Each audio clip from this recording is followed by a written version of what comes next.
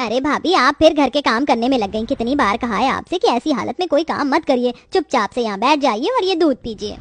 यशोदा, तुम हो तो मेरी देवरानी, लेकिन ख्याल बिल्कुल एक माँ की तरह रखती हो। अरे बाबा, मैं पूरा दिन खाली बैठे बैठे बोर हो जाती हूँ, कुछ तो काम करने दो। नहीं, मैंने कहा ना कि कोई काम नहीं करेंगी आप, बस आराम करेंगी। यशोदा अपनी गर्भवती जेठानी का ख्याल रखने के साथ साथ यशोदा अपनी जेठानी की पहले से ही 2 बेटियां उमा और शालू का भी बड़ा ध्यान रखती थी। जैसे जैसे समय गुजरता है वैसे वैसे अनुराधा की डिलीवरी का समय करीब आ रहा होता है और आज अनुराधा को 8वां महीना लग जाता है। ये देखिए भाभी, आज मैंने आपके मनपसंद कढ़ी चावल बनाए हैं। अरे वाह, कढ़ी चावल! पता है कब से मेरा कढ़ी चावल खाने का मन कर रहा था। थैंक यू यशोदा, आज तो मैं जी भरकर कढ़ी चावल खाऊंगी। इतना कहकर अनुराधा जैसे ही कढ़ी चावल खाने लगती है कि तभी उसके पेट में अचानक दर्द होने लगता है। मेरा पेट! यशोदा, मेरे पेट में बहुत दर्द हो रहा है, लगता है मेरी डिलीवरी का टाइम आ चुका है। लेकिन भाभी, अभी तो आपका 8वां महीना है, इतनी जल्दी आपकी डिलीवरी का टाइम कैसे हो सकता है? आप घबराइए मत, हम जल्दी से आपको हॉस्पिटल लेकर चलते हैं। अनुराधा का पति वरुण जल्दी से गाड़ी निकालता है और सभी लोग अनुराधा को अस्पताल लेकर जाते हैं। देखिए, इनके पेट में बच्चा घूम चुका है, हमें जल्द से जल्द इनका ऑपरेशन करना होगा, लेकिन इस ऑपरेशन में माँ या बच्चों में से किसी एक की जान को खतरा हो सकता है। डॉक्टर साहब, मैं आपके सामने हाथ जोड़ता हूँ, मेरे बच्चे और मेरी पत्नी दोनों को बचा लीजिए। अस्पताल के सभी सीनियर्स डॉक्टर मिलकर अनुराधा का सी सेक्शन करते हैं।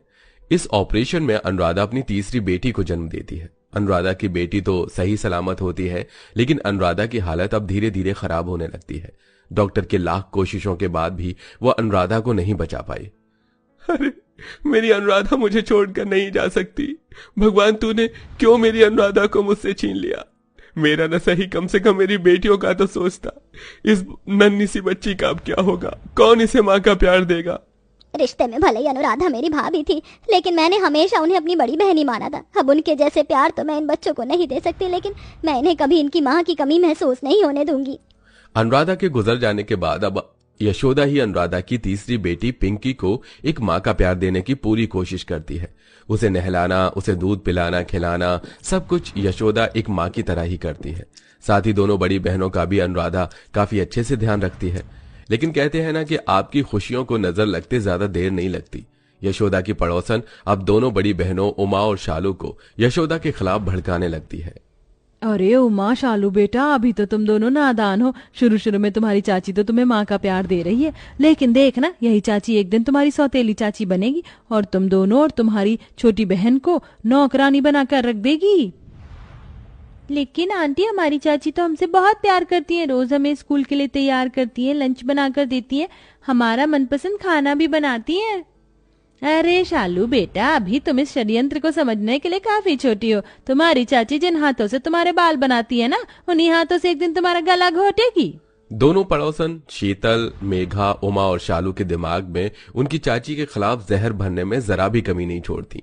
दोनों ही बहनें काफी छोटी होती हैं, इसलिए वो बड़ी आसानी से उनकी बातों में आ जाती हैं और अब अपनी माँ जैसी चाची से नफरत करने लगती हैं। अरे उमा, शीतल, तुम दोनों ने कल की ये गंदी यूनिफॉर्म क्यों पहनी है? तुम्हारी दूसरी यूनिफॉर्म मैंने निकालकर प्रेस करके तुम्हारे बेड पर रखी थी। आपको हमारे लिए ये सब करने की कोई जरूरत नहीं है। आप हमारी माँ नहीं चाची हो, तो चाची बनकर रहो, हम अपना काम खुद कर सकते हैं। इतना कहकर उमा और शालू दोनों उस गंदी यूनिफॉर्म को पहनकर स्कूल के लिए निकल जाती हैं। उन दोनों का ऐसा बर्ताव देख यशोदा को काफी हैरानी होती है। ऐसे ही एक दिन, अरे वाह, आज नाश्ते में उपमा बना है। और सिर्फ उपमा ही नहीं, तुम दोनों की मनपसंद पनीर के पराठे भी बनाए हैं, ये लो। कितनी बार कहा है आपसे कि हमारे लिए ये सब करने की कोई जरूरत नहीं है आपको, क्यों हमारी माँ बनने की कोशिश कर रही हैं? शालू, ये क्या तमीज है अपनी चाची से बात करने की? अपने पिता की बात सुन शालू उमा टेबल पर रखा सारा नाश्ता फेंक कर चली जाती है। यशोदा ये सब समझ नहीं पा रही थी कि क्यों उमा शालू उसके साथ ऐसा व्यवहार कर रही हैं। भले ही दोनों बड़ी बहनें पड़ोसियों के बहकावे में आकर अपनी चाची के साथ इतना बुरा सलूक कर रही थी, लेकिन वहीं सबसे छोटी बहन पिंकी अपनी चाची को ही अपनी मां मानती है। धीरे धीरे समय गुजरता है और अब जहां गोद में खेलने वाली पिंकी 7 साल की हो जाती है, वहीं दोनों बहनें भी 16-18 साल की हो जाती हैं। ये दोनों लड़कियां भी ना रूम को कितना गंदा करती हैं, एक चीज भी अपनी जगह पर नहीं है। यशोदा जल्दी से उमा और शालू का बिखरा हुआ सारा कमरा साफ करके वहां से चली जाती है। जैसे ही दोनों बहनें इंस्टीट्यूट से वापस घर आती हैं तो देखती हैं कि उनका कमरा बिल्कुल साफ है, जिसे देख उमा चिल्लाते हुए अपनी चाची को बुलाती है। चाची, चाची, इधर आओ। उमा के चिल्लाने की आवाज को सुनकर यशोदा उनके कमरे में आती है। हमारा कमरा आपने साफ किया? हाँ शालू, तुम दोनों का कमरा काफी ज्यादा गंदा हो रहा था, इसलिए मैंने सब कुछ साफ कर दिया। किसने कहा था आपको हमारा कमरा साफ करने को? ये ममता का दिखावा हमारे सामने करने की कोई जरूरत नहीं है। शालू उमा की चिल्लाने की आवाज सुन पिंकी भी उनके कमरे में आ जाती है। दीदी, आप माँ पर क्यों चिल्ला रही हो? मम्मी पर ऐसे चिल्लाना नहीं चाहिए। पिंकी, ये हमारी माँ नहीं चाची है, इन्हें चाची रहने दो, अपनी माँ मत बनाओ। इतना कहकर उमा और शालू वहां से चली जाती हैं। आखिरकार मेरा कसूर क्या है? उमा, शालू क्यों मेरे साथ ऐसा बर्ताव करती हैं? मैंने इन्हें हमेशा अपनी बेटियां माना, इन्हें माँ का प्यार देने की पूरी कोशिश करी, तो क्यों मेरे साथ ऐसा होता है? यशोदा उमा शालू की हर एक छोटी से बड़ी चीज का काफी ध्यान रखती है। यशोदा एक माँ से बढ़कर ही उनके लिए सब कुछ कर रही थी, लेकिन इतना करने के बावजूद भी शालू उमा यशोदा की बिल्कुल भी मदद नहीं करती। ऐसे ही समय गुजरता है और एक दिन मेरा हाथ। दीदी, आपके हाथ से तो बहुत खून निकल रहा है, मैं अभी माँ को बुला कर लाती हूँ। पिंकी भागते यशोदा के पास जाती है और उसे उमा के हाथ कटने के बारे में बताती है, जिसे सुन यशोदा जल्दी से दवाई लेकर उमा के पास आती है। अरे उमा, तुम्हारे हाथ से तो बहुत खून निकल रहा है। आखिरकार तुम कैंची के साथ कर क्या रही थी? लाओ जल्दी से अपना हाथ दो। यशोदा जैसे ही उमा के हाथ पर दवाई लगाने लगती है, उमा गुस्से में यशोदा से अपना हाथ झटकते हुए कहती है, एक बात क्यों मुझे बार बार समझानी पड़ती है? आप प्लीज हम दोनों बहनों का पीछा छोड़ दो। एक बहन को तो आपने अपने वश में कर ही लिया है, पिंकी तो अभी छोटी है, इसलिए आपकी चालबाजी समझ नहीं पा रही है, लेकिन जब वो बड़ी होगी ना तो आपके अंदर के जहर को अच्छे से जान जाएगी। इतनी कड़वी बातें तो कोई माँ भी बर्दाश्त नहीं करती, जितना एक चाची होकर यशोदा कर रही थी। माँ मत रोना, अगर आप रोगी तो मुझे भी रोना आ जाएगा। आप फिक्र मत करो, मैं दीदी को समझाऊंगी, वो मेरी बात जरूर मानेगी, फिर वो आपसे ऐसी बातें नहीं करेगी। नन्ही सी पिंकी की बात सुन यशोदा उसे रोते हुए गले से लगा लेती है और अब ऐसे ही वक्त गुजरने लगता है। गलत संगति में रहने की वजह से शालू उमा ने काफी बिगड़े हुए दोस्त बनाई थी, जिनमें से कुछ दोस्त अब शालू को ड्रिंक की आदत भी लगा देते हैं। देर रात शालू नशे की हालत में घर लौटती है, जिसे देख यशोदा, बदतमीजी की भी हद होती है, इतनी कम उम्र में अब तुमने शराब पीना भी शुरू कर दिया है। अरे आप क्यों मुझे मेरी माँ की तरह डांट रही हो? अगर इतना ही माँ बनने का शौक है तो खुद क्यों नहीं बच्चे पैदा कर लेती? जबरदस्ती की ममता हम पर थोपने की कोई जरूरत नहीं है। यशोदा शालू को काफी समझाती है, लेकिन शालू अपनी हरकतों से बाज नहीं आती।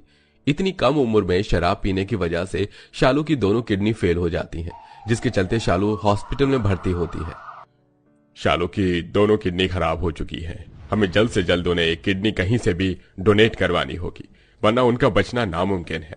डॉक्टर साहब, हाँ भले ही मेरी दोनों किडनी ले लीजिए, लेकिन मेरी शालू को बचा लीजिए। सारे चेकअप करने के बाद यशोदा की किडनी शालू से मैच हो जाती है और अब डॉक्टर से ऑपरेशन करके यशोदा की एक किडनी शालू को डोनेट करती है। वहीं बाहर, देख लिया तुमने तुम्हारी चाची को? तुम्हारी माँ के गुजर जाने के बाद तुम्हारी चाची ने कसम खाई थी कि ये कभी भी माँ नहीं बनेगी और तुम तीनों को ही अपनी बेटी बनाकर एक माँ का प्यार देगी। तुम्हारी चाची ने इतनी बड़ी कुर्बानी दी, लेकिन तुम लोगों ने क्या किया? अपने पिता के मुंह से इतनी बड़ी बात सुन उमा के पैरों तले जमीन खिसक जाती है। वहीं शालू का ऑपरेशन भी सक्सेसफुल होता है, जिसके बाद अब उमा शालू को सारी बात बताती है। दोनों ही बहनों को अपनी गलती का एहसास होता है और यशोदा से वो माफी मांगती है। चाची, हमें माफ कर दीजिए, हम नहीं जानते थे कि आपने हमारे लिए इतनी बड़ी कुर्बानी दी है। आप हमें माँ का प्यार देती रही और हम आपके साथ सौतेलापन करते रहे। हम तो आपकी माफी के लायक भी नहीं है। सही कहा तुमने, मैं तुम दोनों को माफ नहीं करूंगी, लेकिन अगर तुम दोनों मुझे आज के बाद चाची की बजाय माँ कहोगी तो मैं इस बारे में सोच सकती हूँ। यशोदा की बात सुन दोनों बहनें जाकर अपनी चाची के गले लग जाती हैं, जिसे देख पिंकी, अरे आप लोग तो मुझे भूल ही गए, लगता है अब मुझे यहाँ से जाना होगा। पिंकी की बात सुन सभी हंसने लगते हैं। यशोदा उसे गोद में उठा लेती है, जिसके बाद अब वो सब एक साथ हंसी खुशी रहते हैं। तो दोस्तों, देखा आपने, हमें किसी से उतनी ही नफरत करनी चाहिए जिससे बाद में पछतावा ना हो। जैसा कि हमारी स्टोरी की इन दो बहनों ने अपने पड़ोसियों के बहकावे में आकर अपनी चाची माँ से नफरत की, लेकिन कहते हैं ना, अंत में अच्छाई बुराई पर भारी पड़ जाती है। जैसा कि यशोदा की माँ अपनी बेटियों पर भारी पड़ी और यशोदा की ममता के आगे उनकी नफरत कम हुई, तो कैसी लगी आपको हमारी ये कहानी, हमें कमेंट करके जरूर बताइए और ऐसे ही इंटरेस्टिंग वीडियोस के लिए हमारे चैनल को सब्सक्राइब करना बिल्कुल मत भूलिए।